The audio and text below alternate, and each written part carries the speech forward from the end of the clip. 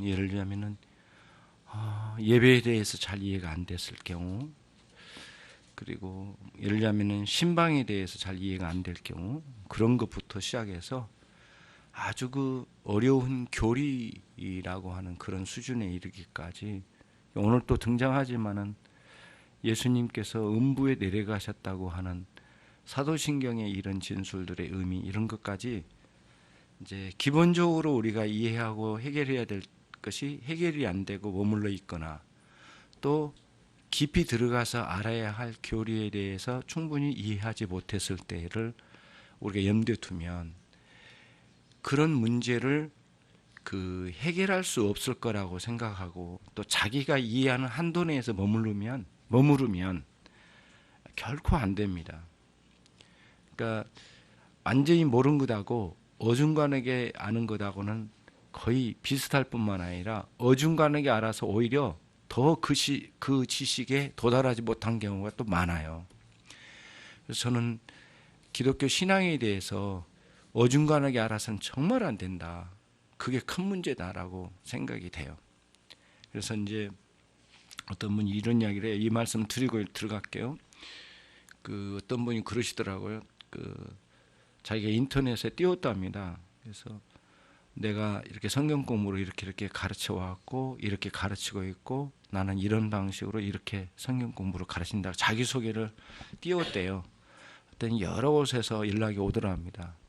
이분이 이제 목사님이었는데, 그래서 그 집에 갔더니 3명이 앉아있고 2명이 앉아있고 5명이 앉아있고 이렇게 기다리더랍니다. 제발 우리 좀 가르쳐달라고.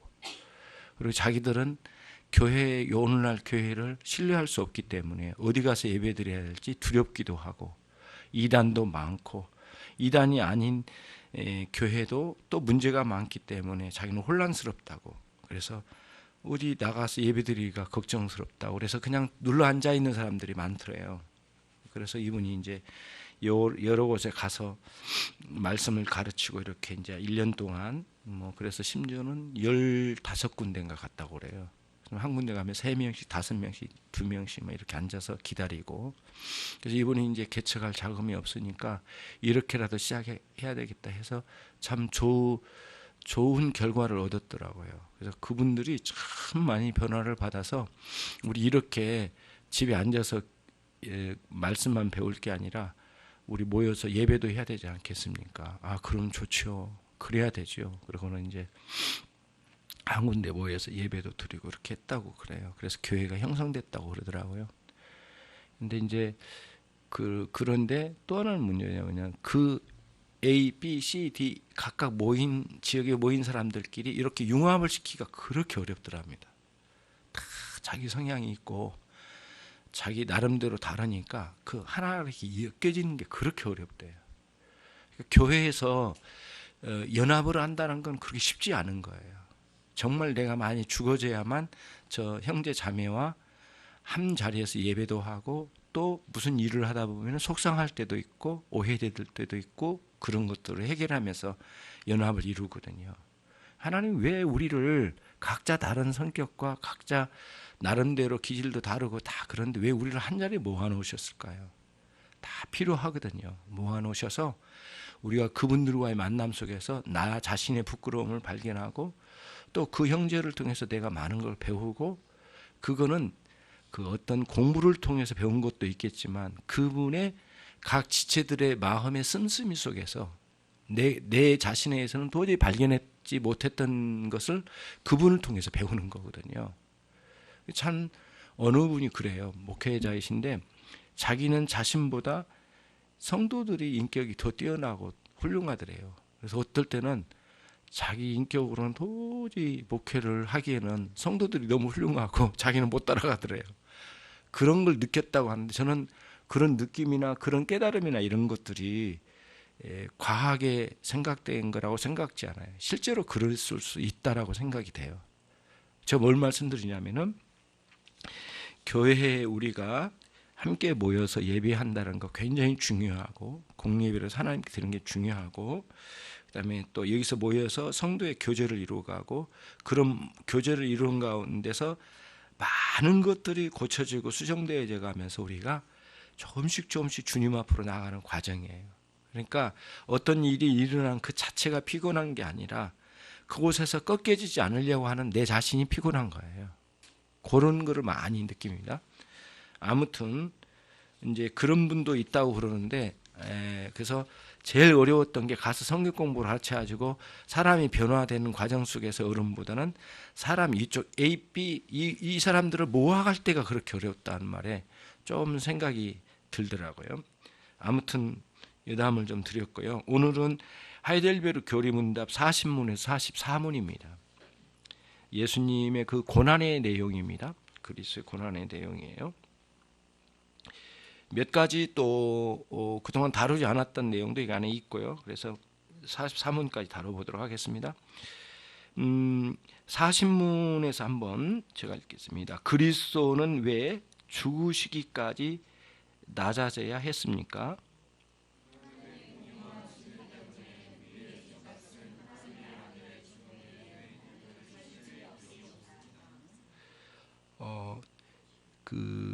우리의 죄의 심각성도 있지만 또 한편은 뭐냐면은 그러니까 인간의 죄의 심각성은 무엇과 대비를 해야 되냐면은 하나님의 공의하심과 대비되는 우리의 죄의 심각성을 봐야 돼요. 근데 우리는 되게 죄에 대한 인식을 할 때 나와 이웃과 주변 사람들과 비교해서나 또는 사람들이 저지른 어떤 흉악범이나 사람들이 저지른 죄에 대한 심각성이나 그 폐단, 그 폐해에 많이 집중할 때가 많아요. 그래서 아이고 저렇게 살인을 저지른 저런 인간이야 쓰겠는가, 저렇게 비참한 저런 나쁜 사람이 있는가라고 하는 죄의 심각성의 문제를 그런 식으로만 볼 때가 있지만 사실은 교리적으로는 그렇지는 않아요. 하나님의 공의하심에 너무너무 결격 사유가 주어진 상태의 죄에 대한 인식, 이런 거예요. 그러면 이 죄값을 치르려고 하면은 우리가 저지른 죄의 심각성을 뭘로 기준을 잡냐고요. 이 사람은 살인죄, 이 간음죄, 도적질, 사기, 뭘로 기준을 잡아가지고 심각성을 이렇게 들이대겠느냐고요. 사실은 하나님의 공의하심에 비춰봐야 돼요.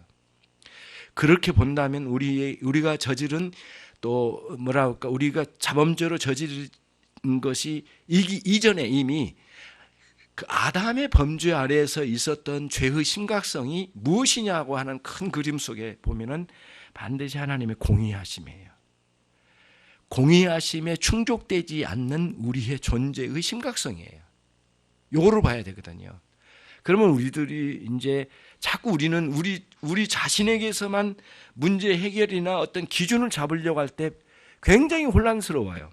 성경의 깊은 의미로 못 들어간 경우가 많아요. 그렇잖아요. 그래서 우리는 어떠냐? 항상 로이존스 목사님도 그 이야기를 자주 해요. 그 말씀에 그 강해집에 보면은 뭐라고 하냐면은 자꾸 우리는 습성이 있대요. 내 자신을 기준으로 한다요. 무슨 문제를 말을 해도 자기가 기분 나쁘고 자기가 마음 상한 데서부터 이야기를 풀어간대요. 근데 로이존스 목사님의 그 강의집에 보면 이런 이야기예요. 정말 그게 우리의 잘못된 버릇이래요. 근데 이게 누구의 특정한 사람이 아니에요. 저나 여러분 똑같아. 자꾸 우리 중심에서 모든 걸 이야기하려고 하는데 사실은 하나님이 어떻게 생각하신가, 하나님이 기뻐하실까, 여기다 기준을 자꾸 둬야 된다는 거예요. 우리의 곤란한 인생의 곤란한 문제가 하나님으로부터 이렇게 비춰져야 된다는 거예요. 근데 우리는 자꾸 내 중심에서 이야기를 한 거예요. 내가 힘들고 나 고단하고 나는 그 용납이 안 되고 내 성격이 안 맞고 자꾸 이런 거예요. 내 조건이 안 맞고 이렇게 자꾸 내 중심에서 모든 걸 고민을 하기 시작하면 끝이 없이 풀려지지를 않는데요. 그런데 하나님 기준으로 하나님 중심에서 시작을 해서 거꾸로 와야 된대 우리를. 그러니까 이 죄의 심각성도 우리 자신에게서 저지른 내용 가지고만 말하기는 않다는 거예요. 충분하지 않아요. 해결점이 안 보여요. 그래서 하나님께서 그 공의하심과 그분이 심판을 내리신 그 기준에 그게 충족된 죄값을 치러야만 우리의 이 죄인 인간이라는 이 죄와 죄의 비참함에서 이 죄값을 치르고 거기서 우리를 건져주시는 그 구원의 역사잖아요. 그러니까 그리스도의 십자가의 죽으심은 우리의 죄의 심각성만큼이나 십자가에 죽으셨다는 의미도 맞겠지만, 정확히 말하면 하나님의 공의하심에 기준하여 우리에게 내려주신 뭐예요? 이제 그런 그 그리스도의 십자가의 죽으심으로 주셨다는 거예요. 이 기준은 굉장히 중요하다고 생각해요. 그러면은 스스로 죄된 가운데 떨어진 인간은 스스로를 구원할 수 없는 존재라는 거예요. 그렇기 때문에 죄값을 치르기 위해서는 하나님의 특별히 제공하신, 지불하신 하나님이 피값으로라고 돼 있어요. 그러니까 사도행전 20장 28절에 나온 이야기인데요. 교회는 하나님의 피값으로 산 교회래요. 그래서 이제 거기에 사도가 쓴 글에 보면은 하나님의 피값으로 산 교회를 이렇게 목양하라, 막 이런 의미의 내용이 흐름인데요. 무슨 뜻이에요? 하나님의 피가 따로 어디에 있느냐고요. 하나님이 인간들이 가져온 것 말고 하나님이 준비하시고 예비하셔서 피 흘림, 다시 말하면 죽음을 제물로 내놓아, 죽음을 통해 제물로 내놓아 우리를 그 죄값을 지불하여 우리를 건지셨다는 거예요. 요 내용이 이제 이런 내용이에요. 왜 죽기까지 하셔야 되는가, 예수님이? 좀 죽은 척만 하다 나오시면 안 될까? 반만 죽으면 안 되실까? 안 된다는 거예요. 하나님의 기준에는 공의와 진리 때문에 이 죄값을 위해서는 그렇게 해서 반드시 죽으셔야만 했다라는 거예요. 그게 이 본문의 내용이에요. 다시 말하면 인간은 이 죄값에 대해서 인간은 철저히 무능한 존재란 거예요. 죄값을 치를 수 없는 존재. 인간의 무능함 중에 여러 가지가 있겠지만 자신의 죄값을 치를 수 없는 존재라는 의미에서 무능함을 파악해야 돼요. 어떻게 할 수가 없는 존재예요, 스스로가. 하나님 이걸 아신 거예요. 그래서 스스로는 죄값을 치를 수 없는 이 비참한 존재에 놓여져 있는 우리를 위하여 하나님 아버지께서 독생자 예수 그리스도를 보내주셔서 그 피값을 내셔서 충분히 죄값을 치르심으로 우리를 건지시기 위하여 예수님께서 끝까지 죽으셔야만 했다는 거죠. 그 죽음의 완전한 죽음이 완전한 죽음. 이 완전한 죽음은 영혼과 육체의 완전한 분리를 말해요.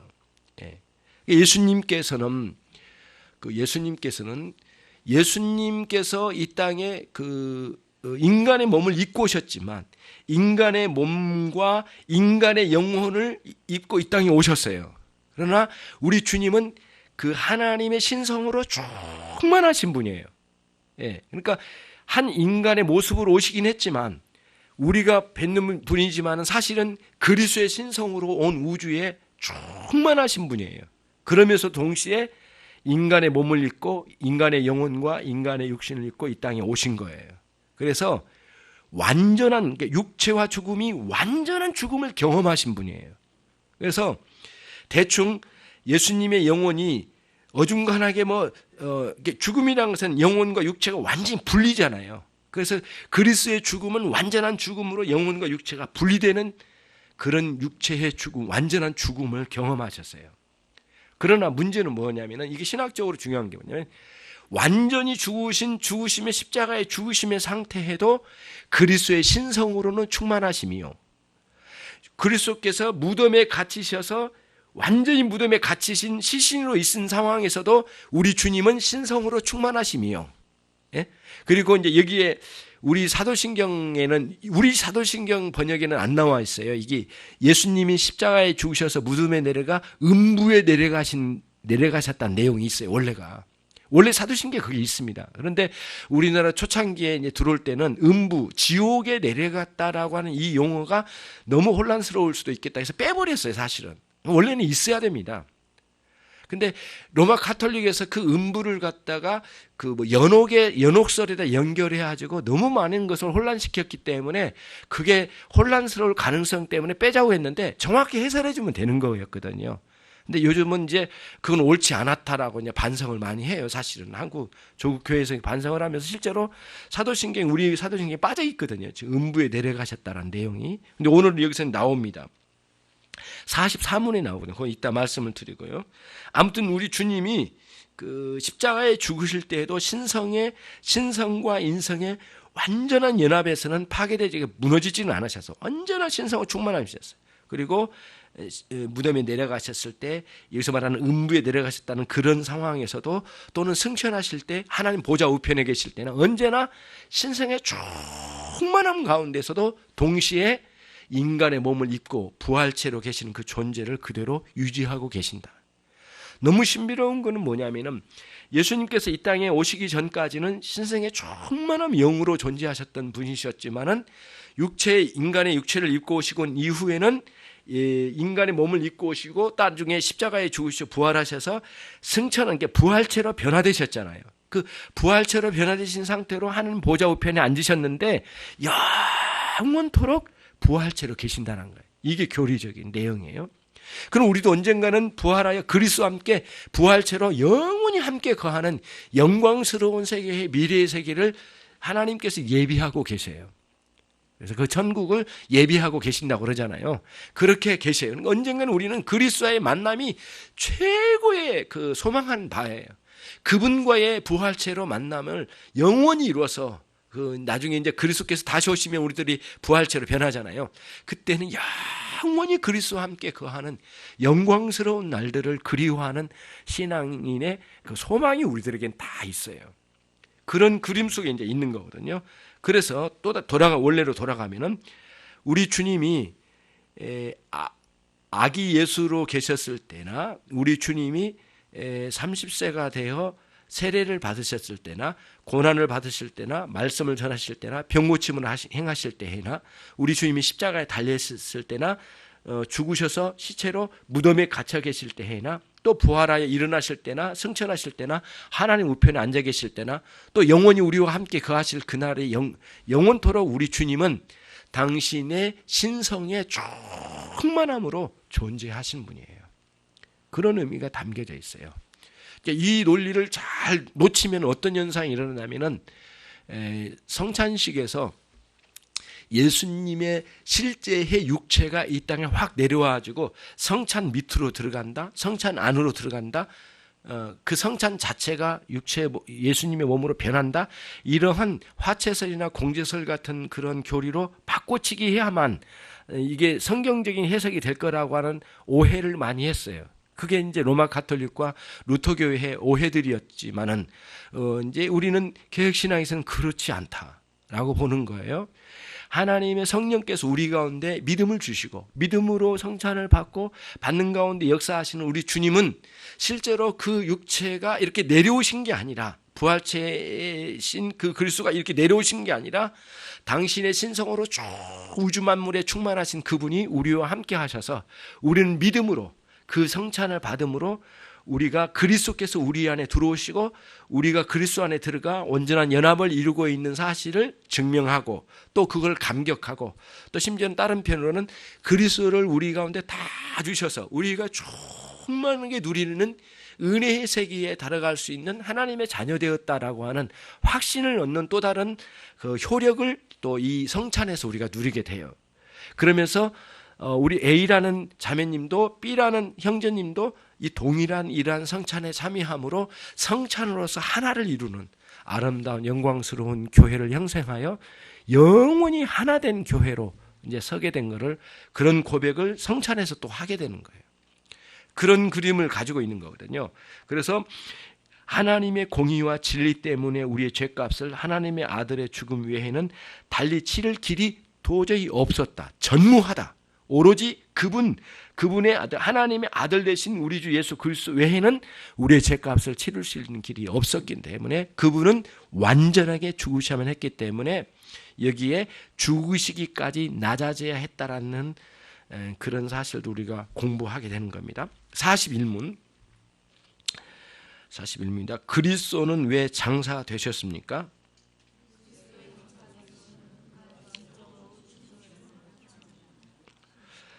주님께서 그 장사란 용어를 왜 여기다 넣었을까? 이게 사도신경의 내용을 지금 공부한 거거든요. 그러면 왜 그랬을까요?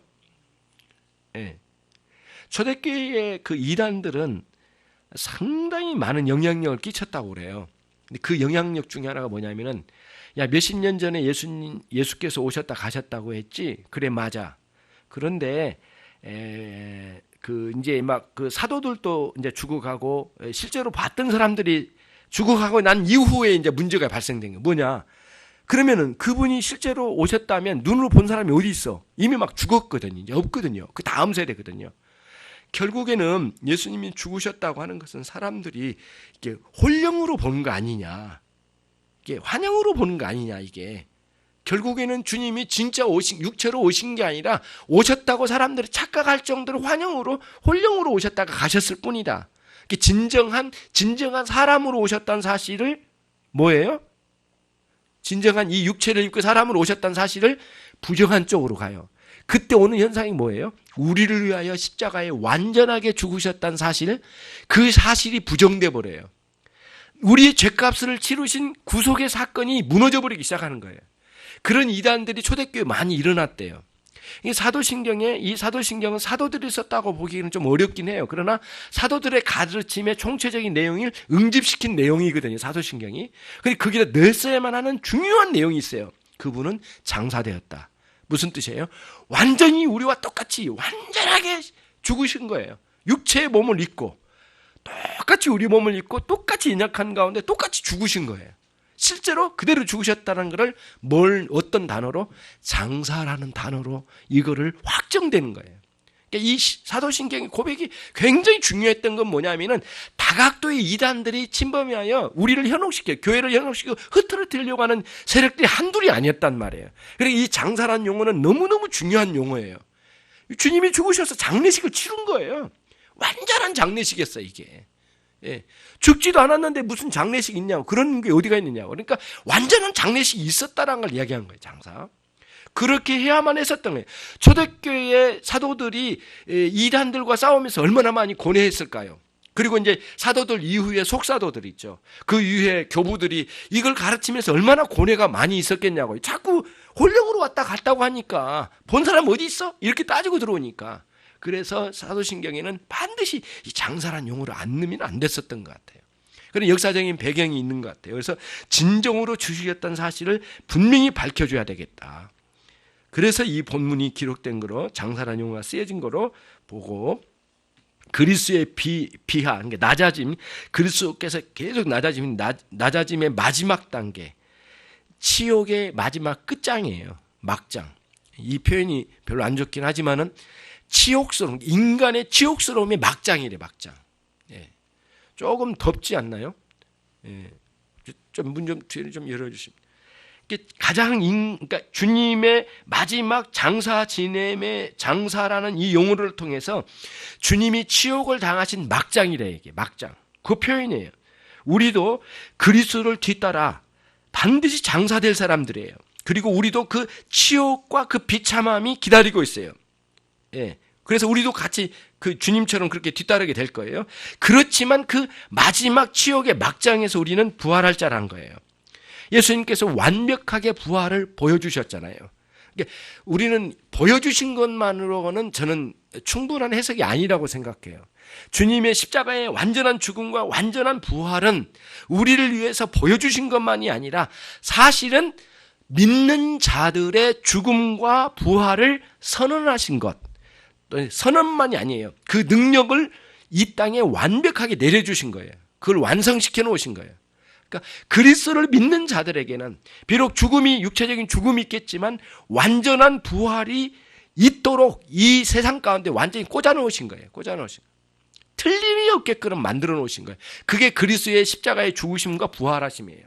그러니까 이거는 주님이 이렇게 했으니까 너희들 따라와, 대충 이 정도가 아니에요. 그러면은 그리스도의 구속을 배워서 하는 거고 그냥 뒤따라서 우리도 모양 내서 가는 거니, 그게 아니라 실제로 저와 여러분이 이미 아직은 우리들에게 육체 죽음이 없지만 완벽하게 죽는 날이 올 거고, 죽음에서 우리는 그 비참한 죽음에서 건진받는 위대한 부활의 역사를 이 세상에 완전히 꽂아 놓으신 거예요. 능력으로 선포한 거예요. 이거는 흔들 자가 없다는 거죠. 어떤 죽음의 세력이 오더라도 흔들 자가 없다는 거예요. 그런 차원에서 그리스도의 십자가의 죽으심과 부활은 엄청난 위로가 되는 거예요. 엄청난 위로가 된 거예요. 죽음을 한 2시간만 상상해봐요. 거의 죽을 지경일 거예요. 예. 그렇지 않아요? 얼마나 무서운 공포냐고요. 우리에게 있는 60쪽의 이 세포가 다 썩어 뭉그러진다고 생각해 보세요. 예? 이렇게 아름답진 않죠. 이런 눈 같은 게 제 눈을 뭐 아름답고 하기 그렇지만은 이렇게 아름다운 얼굴과 이 눈이 썩어 뭉그러진다고 생각해 봐요. 예. 이 잔티 하나만 놔도 그냥 정말 힘들어하는 판인데 이게 한 군데서 썩어 들어간다고 생각하면 이게 상상되냐고요. 그런 가장 비참한 지옥 속으로 내려가는데 우리 그리스도와 함께 죽어가고 그리스도와 함께 살아가는 위대한 역사가 우리 안에 기다리고 있다는 것을 완벽하게 보여주신 거예요. 예, 그거를 여기서 본 거죠.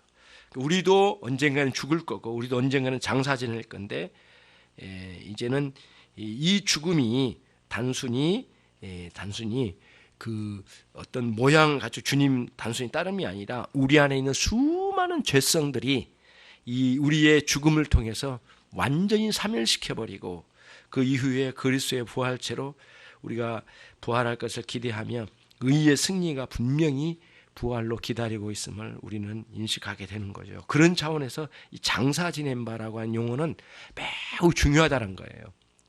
자꾸 초대교회에 가짜로 오신 것, 예, 홀령으로 오셨다 이렇게 진짜 육신으로 오시지 않았다라고 하는 이런 주장들에 대한 커다란 답변이에요. 이게 사도신경. 그래서 답변. 이게 길게 설명할 시간도 없을 때가 있어요. 그러나 공동체가 이걸 가지고 몇 시간 동안 고백하기 어렵잖아요. 그래서 매 예배 때마다 가장 압축적인 내용이 사도신경으로 고백을 했던 거죠. 42문. 그리스도께서 우리를 위해서 죽으셨는데 우리도 왜 여전히 죽어야 합니까? 예, 잠깐만요. 다시 시작.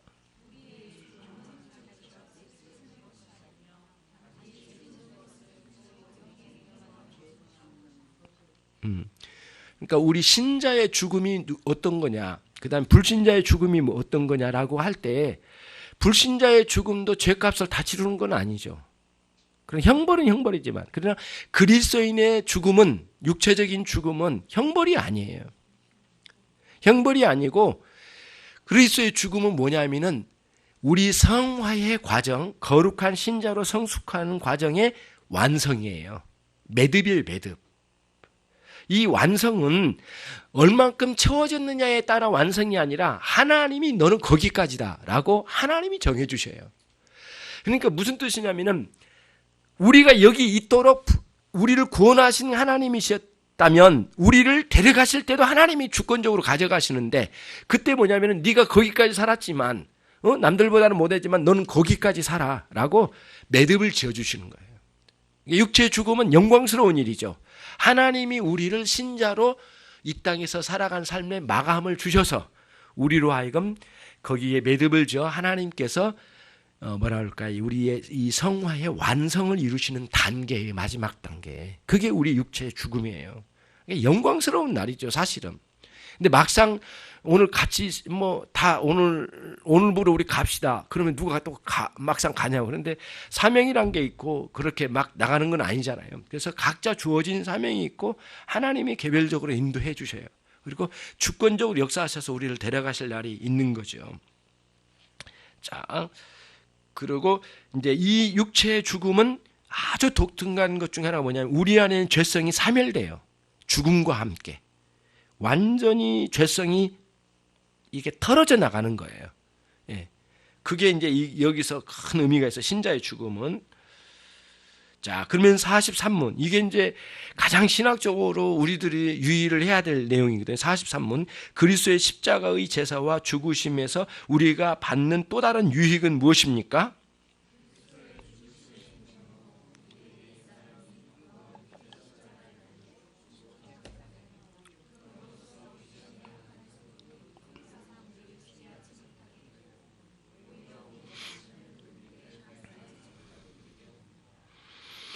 성진아, 좀 문 좀 열어. 이거 앞에도 문 열고. 이게 오후는 좀 졸리긴 하죠. 여러분들이 그 참고를 하고 싶으시면 이걸 이쪽으로 읽어보셔요. 그 에베소서 2장이 있어요. 에베소서 2장. 에베소서 2장에서 한 10절까지를 강해한 로이 존스 목사님의 글을 한번 꼭 읽어보셔요. 거기에 보면 2장인데요. 거기에 설명이 참 잘 돼 있더라고요. 제가 볼 때는 더 이상 더 좋은 설명을 들어본 적이 없어요. 또 다른 강의집이 있다면 내가 좀 보고 싶은데 정말 잘 돼 있어요. 그 부분이. 뭐냐면은 이런 거예요. 예수님의 십자가의 죽으심은 지금 현재를 말해요. 우리가 지금 이 오후 이 시간에 현재 그리스도의 십자가의 죽음은 현재 우리가 십자가에 못 박힘을 의미한대요. 그건 이거는 교리적으로 잘 이해가 돼야 되거든요. 정리가 돼야 되는데 날마다 십자가에 달려 죽는다고 하는 사도 바울의 고백이 그거래요. 근데 거기 에베소 2장 5절, 6절, 7절이 거기 보면 뭐냐면은 그리스도와 그가 우리와 함께 죽고 그가 우리와 함께 일어나고 그가 우리와 함께 하늘나라로 올라갔다라고 돼 있어요. 그리고 그와 함께 하늘나라의 하나님 보좌 우편에 앉았다라고까지 나와 있어요. 4개가 나와 있어요. 죽고 부활하고 승천하고 우편에 앉아 있고 이 4가지가 나와 있거든요. 그래서 그거를 강의할 때 어떻게 했냐면은 이거는 언젠가 우리가 죽어서 그날에 언제일지 모르지만 주님 오시면 그렇게 간다라는 의미만을 말한 게 아니래요. 거기서는 그렇게 해석하면 안 된대요. 그건 말할 것 없이 완전하게 소망으로 있는 거고 그건 소망이고 실제 현재의 문제래요. 그건 뭐냐? 십자가의 날마다 죽음이라고 하는 우리의 옛사람이 죽어가는 거래요. 끊임없이. 근데 죽어갈 때 반드시 내 안에 거하시는 성령님 예수 그리스도가 나와 함께 연합하여 있는 가운데 내 안에 있는 수많은 옛 본성들이 이 십자가의 날마다 죽어가는 것처럼 예전에는 그 내 육체의 욕망이 날뛰면서 내 인생 전체를 장악하고 끌고 가더니 주님이 들어오시니까 이놈의 것이 이제는 죽어간 거예요. 약화된 거예요. 이 세력이. 그리고는 그럼에도 불구하고 이런 것들이 내 안에 있는 육체의 욕망들이 또 막 일어나는 거예요. 그래서 오늘 또 예배드리고 있지만 또 예배드리고 집에 가지만은 이러한 육체의 욕망들이 자꾸 내 안에 일어나는 거예요. 그런데 주님과 함께 가는 삶에서 은혜를 내려주실 때에 이런 것들이 죽어진다는 거예요. 십자가에 못 박힌 그 능력이 드러난다는 거예요. 그리고 이게 꿈틀꿈틀 일어나. 그래가지고 나를 이 육체의 정욕으로 나를 무너뜨릴 것처럼 해가지고 살이나 음란이나 온갖 더러운 죄악이 나를 엄습해서 오고 유혹해 오지만은 그때마다 내 안에 있는 믿음의 소리는 나오는 거예요. 그래서 새로운 본성을 지닌 신자의 마음속에 뭐라냐면 야 인마 내가 누구인데 그리스도와 함께 내가 죽고 살아난 존재인데 그리스도가 내 안에 계시고 그리고 너 그런 정욕적으로 살고 있다는 너는 이미 십자가에 완전히 못이 박힌 상태야. 꿈틀거려 움직일 수는 있겠지만 내 놈이 내 인생을 장악하지는 못해. 왜? 우리 주님이 내 인생의 이니셔티브 주도권을 가지고 계시기 때문에 이렇게 나가야 된다는 거예요. 그 본문이. 그러면은 십자가에 날마다 죽는다라고 하는 것은 날마다 죄의 절대적 지배력이 상실되고 죄가 하나씩 올라와서 우리를 유혹하고 넘어지려고 할 때 육체의 소욕이 약화되는 쪽으로 가야 된다는 거예요. 이게 뭐냐면 날마다 그리스도와 함께 십자가에 죽고래요. 그게 뭐냐면은 에베소서 2장에 나와 있는 그 내용 그리스도와 함께 죽고 우리와 함께 죽고 우리와 함께 살아나고 우리와 함께 일어나고 승천하고 우리와 함께 하나님 보좌의 우편에 앉았다라고 하는 그 내용이래요. 그건 굉장히 중요해요. 그래서 언제 여러분들 시간 되면 꼭 그거 한번 읽어보시고요. 여기도 책이 있으니까 한번 빌려다 보시면 되겠어요. 에베소 2장 강의집. 그 다음에 두 번째는 뭐냐면은 날마다 무덤에서 우리가 부활한대요. 그러니까 우리의 형편과 상황과 유혹과 환경은 지옥 같은 상황도 올 때가 얼마나 많습니까? 얼마나 우리를 좌절시키냐고요. 그러니까 마치 우리가 무덤에 갇힌 것처럼 때로는 너무 핍박이 많고 그 육체의 소욕이 막 나를 억어해 가려고 하고 그런 일들이 막 있는 거예요. 우리를 막 좌절시키려고. 근데 그러한 속에서 하나님의 은혜의 역사는 우리로 하여금 그리스도가 무덤에서 부활하신 것처럼 우리를 그리스도와 함께 부활시키듯 우리 안에 은혜의 부활이 일어난다는 거예요. 그래가지고 그 은혜가 우리 인생의 주도권, 이니셔티브를 가지고 우리를 끌고 간다는 거예요. 그게 뭐냐면 신자가 은혜롭게 사는 거란 거예요. 요 논리가 하나하나 다 구체적으로 있어요. 이 교리적으로. 그런 원리 안에 있는 거예요. 그냥 대충 은혜 받고 살자. 이게 아니라는 거예요. 교리적으로 이걸 바탕을 세워놓고 왜 그런지를 알고 구조를 알고 뭐라 할까요? 이게 복음의 메커니즘이 없으면 안 돼요. 우리의 인식 속에. 예, 어떻게 해서 우리가 구원받고 그 은혜 받은 그 영향력을 어떻게 사는지에 대한 복음의 메커니즘이 우리에게 잘 인식이 안 돼 있으면 약해요, 이게. 그냥 은혜 받다가 또 가는 거예요. 그냥 또 와서 회개하고 또 그냥 대충 반복하는 것 같은 느낌으로 온다는 거예요. 그때 그게 무슨 의미가 있느냐 이거예요. 신자가 성장하지 않는 거예요. 구조가 없으니까. 그러니까 바탕이 없으니까 자꾸 무너진 거예요. 그러니까 맨날 벌벌 뛰면서 은혜 받았다고 하는데 그냥 돌아서서 아무것도 없어. 예. 그러니까 마치 불 뗄 때 건물 가지고 떼고 나중에 아무것도 없는 것 같은 상황이잖아요. 그러나 장작 같은 거는 고목을 갖다 잘라다가 태워가지고 오래 타듯이 교리적으로 이런 복음의 메커니즘이 확실히 서 있어야 돼요. 그거를 여기서 이야기한 거예요. 계속해서. 그래서 할렐루야 교리문답은 나름대로 약간 웨스트민스터 그 대의리 문답 해설집이 있거든요. 이분도 윌리엄슨 이분이 이제 해설집을 쓴 건데 여기에 한 그 해석하고 여기하고 약간 차이 난 것도 있더라고요. 제가 비교를 해봤는데 아무튼 그런 일들이 있다는 거예요. 은혜의 살림. 그러니까 날마다 십자가에 매달림과 날마다 그 무덤에서 부활함.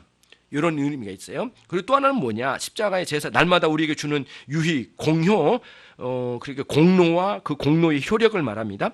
그게 뭐냐면 마지막으로 세 번째, 우리 안에 전 존재가 하나님께 산 제사로 드려짐의 역사가 있다는 거예요. 예. 주님과 함께 죽어져서 주님과 함께 이렇게 죽어짐으로 주님과 함께 주님께서 십자가에 죽으심으로 제물로 내놓으셨듯이 우리도 십자가에 달려 죽고 우리도 부활해서 예수님께 우리도 그 무덤에서 부활하잖아요. 근데 그것만 있는 게 아니라 우리 주님이 하나님의 공의로우신 재판석 앞에 내놓으셨던 것처럼 우리도 내놔야 된대요. 그 내놓은 게 뭐예요? 죄는 죽고 은혜는 살아서 뭐를 내놔요? 우리의 산 재물을 내놔야 된대요. 우리의 산 재물이 뭐예요? 우리가 살아가는 삶의 모든 영역에서 하나님의 뜻을 이루어가면서 그분의 순종하는 삶, 그 삶을 하나님께 바쳐드린대요. 그 삶을 그렇게 하나님 기뻐하신다는 거예요. 그 순종의 길을. 그거를 산 제사라고 그래요. 산 제사로 드리는 거예요. 그런 의미가 이제 여기에 담겨져 있던 거예요. 그래서 우리의 삶에 감사가 있고 예배가 있고 찬양이 있고 삶에 인내가 있고 오래 참음이 있고 오늘 말씀처럼 온유함이 있는 거예요. 오전 말씀처럼. 이렇게 드려진 거예요. 43은 마지막으로 갑니다. 음부에 내려가셨다는, 지금 우리가 그 아침마다 외우는, 요즘 우리가 쓰고 있는 사도신경은 그게 없어요, 이 내용이. 근데 예전에는 있었어요. 그리고 계속 있었어요. 근데 우리 번역으로 바꿀 때 우리 한국의 초대교회 때 이걸 뺐다고 그러더라고요. 근데 이제 그거 역사는 좀 더 봐야 될 판인데 왜 그랬는지. 근데 헷갈리게 굉장히 혼돈에 올 것 같으니까 뺐다고 그러더라고요. 근데 너도 문제가 되질 않아요, 해석을 하면. 자, 43은 음부에 내려가셨으며 라는 말이 왜 덧붙여져 있습니까?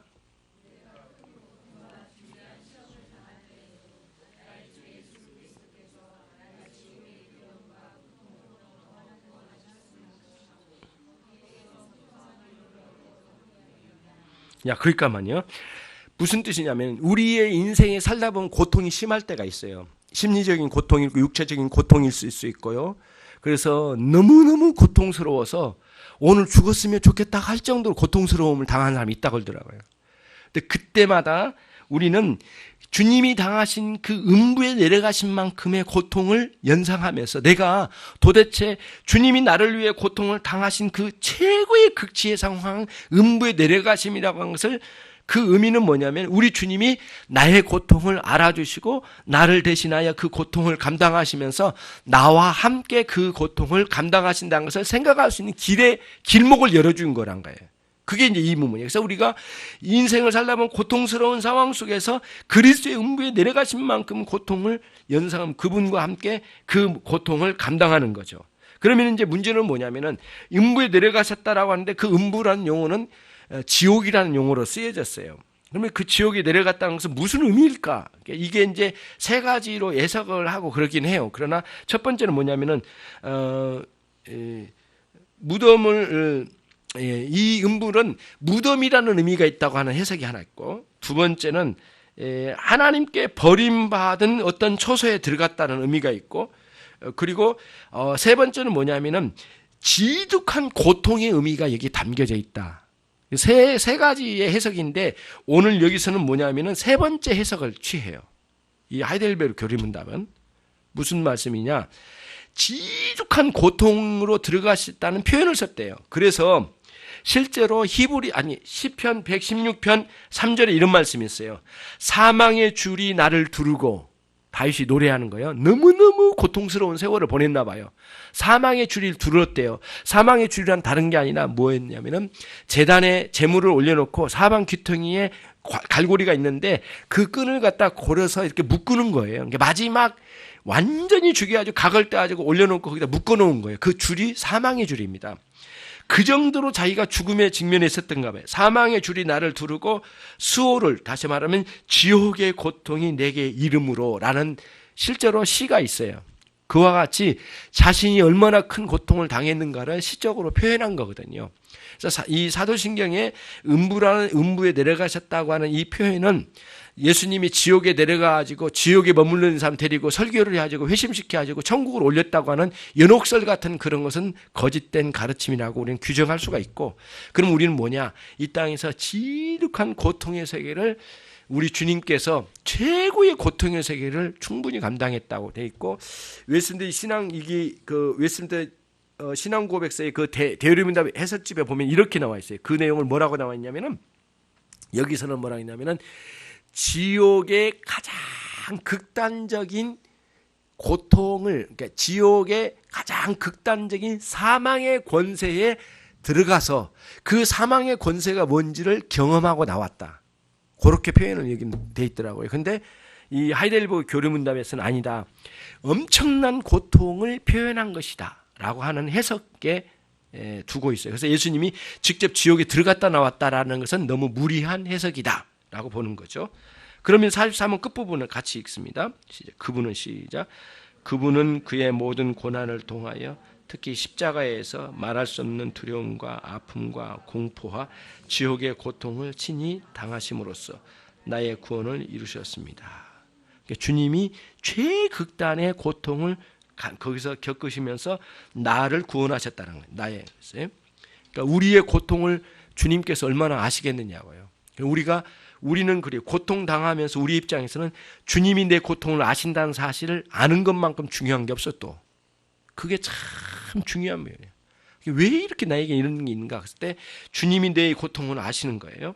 십자가의 고통에 지옥과 같은 고통을 친히 감당하신 주님은 우리를 친히 아시고 또 그분이 온유하셔서 언제든지 자신을 우리에게 충분히 주시기를 원하시는 분이시기 때문에 더욱더 감사하죠. 하나님 아버지 감사합니다. 저희들이 16일째 하이델베르 교리문답 40문에 44문을 함께 생각해 보았습니다. 우리에게 허락해 주십시오. 복음의 메커니즘을 충분히 우리에게 세팅시켜 주셔서 일생 동안 그리스도의 구속의 은총이 무엇이고 거기서 누리는 혜택이 무엇인지를 충분히 누릴 수 있도록 인도해 주시옵소서. 한 주간에 비가 오며 여러 가지 상황이 있지만 한 주간의 삶에도 우리 주님과 함께 동행하는 아름다운 주간이 되게 하옵소서. 감사하옵고 예수 그리스도의 이름으로 기도 올리옵나이다. 아멘.